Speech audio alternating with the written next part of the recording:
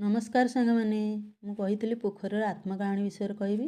आम गाँव नाम चोरगड़िया कहीं कारण पुरातन लोक कहवा अनुजाई आग काल चोर मैंने ही पोखरी को खोली से ना है चोरगड़िया। कहीं चूरगड़िया चोरागड़िया भी कही था।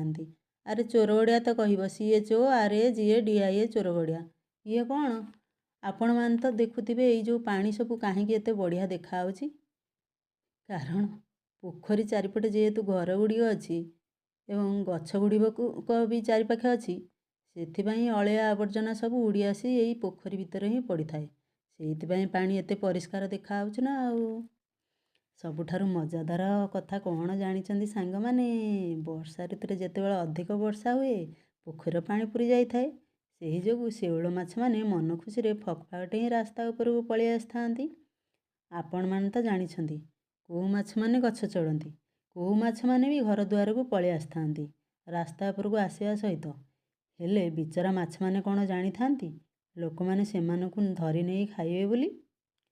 राते जेतेबेले कौ माछ माने उठती लोक माने कौ माछ भाभी माछ तो धरती छुचुंदरा बेंग को भी जाबुड़ी धरती ताकू भी छाड़ती बिचरा जंतु माने छाटी पिटी होई रड्डी छाड़ी दौड़ी पलांती।